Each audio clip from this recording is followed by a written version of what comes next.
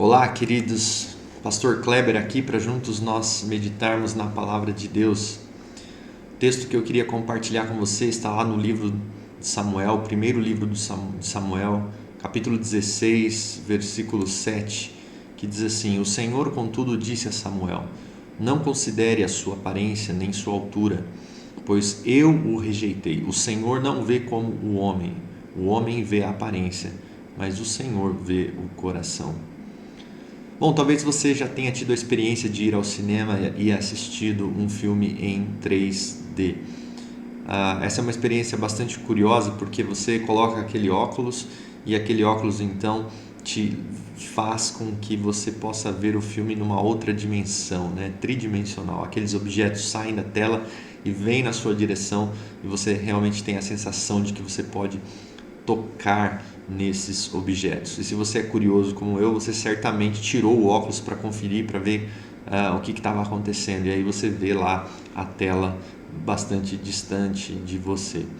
Bom, quando nós olhamos para a Bíblia, nós lemos algumas passagens bíblicas, nós temos a sensação de que o nosso Deus, ele realmente vê além, ele vê em 3 dimensões, ele vê mais profundamente, ele vê aquilo que nós não conseguimos ver na primeira olhada, à primeira vista. Deus vê além, Deus vê mais, como nós acabamos de perceber aqui no texto, né? Nós sabemos aqui que o contexto era de que o profeta Natã estava à busca do novo rei de Israel. Deus havia rejeitado Saul e havia escolhido alguém para substituir Saul no trono ali de Israel. E então o profeta se dirige até a casa de Jessé para conhecer os seus filhos, e ele fica impressionado com alguns dos filhos de Jessé por causa da sua altura, da sua estatura, da sua aparência. Mas aí nós vemos aqui Deus falando claramente com o profeta, né? Não considere a sua aparência nem a sua altura, pois eu o rejeitei. O Senhor não vê como o homem vê a aparência, mas o Senhor vê o coração. Então, 6 filhos de Jessé passaram ali diante de Samuel, e Samuel ouviu a voz de Deus dizendo: não é este, até que o Senhor fala claramente com Samuel, e Samuel tem que perguntar para Jessé se ele não tinha mais filhos. Então Jessé diz: olha, ainda falta um mais jovem, mas ele está cuidando das ovelhas. Samuel mandou buscá-lo, e assim aquele menino mais novo, o menor deles, Davi, foi colocado diante do profeta. Então ele ouviu a palavra de Deus falando, ele ouviu Deus falando com ele, dizendo: este é o escolhido, porque de fato Deus viu o coração de Davi. Bom, então nós vemos que o nosso Deus, ele vê além, ele vê mais profundamente. E hoje nós vivemos numa sociedade que supervaloriza a aparência. Obviamente que Deus não é contra a boa aparência, mas o nosso Deus vê mais profundamente, ele sonda o nosso coração, ele quer saber as intenções do nosso coração. Então, cuidar da nossa imagem é algo bom, mas nós não podemos nos esquecer de cuidar do nosso coração. É por isso que a Bíblia fala claramente sobre o coração como sendo o centro da vida, né? O Antigo Testamento usa muito essa linguagem, né? Filho meu, dê-me o seu coração, me dá o seu coração, porque é do coração que flui as fontes da vida.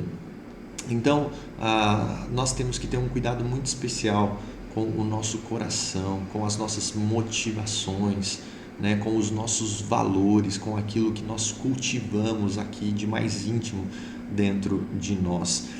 E infelizmente nós podemos abrigar muita raiva, muito orgulho, muito medo, muita insegurança no nosso coração. E o Deus que sonda os nossos corações, ele conhece os nossos pensamentos e as nossas intenções. E o que ele busca então é um coração humilde e um coração quebrantado na sua presença. Então, eu queria chamar a sua atenção, porque nós vivemos num contexto de supervalorização da imagem, né?